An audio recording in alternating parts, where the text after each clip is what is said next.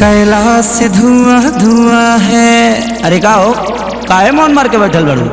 कोनो प्रॉब्लम बा? ए जी एगो बात कही। कहा।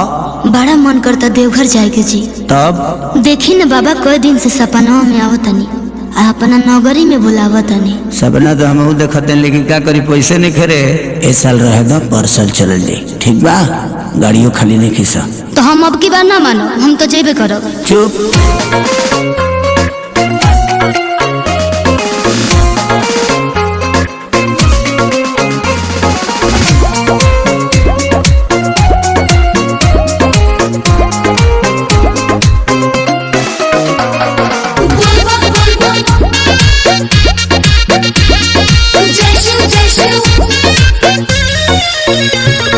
गाड़ी रिजर्व नहीं मिला जान, असो भर छोड़ा जानी कर परेशान। ए हो, हर साल चल जाई, छोड़ दना।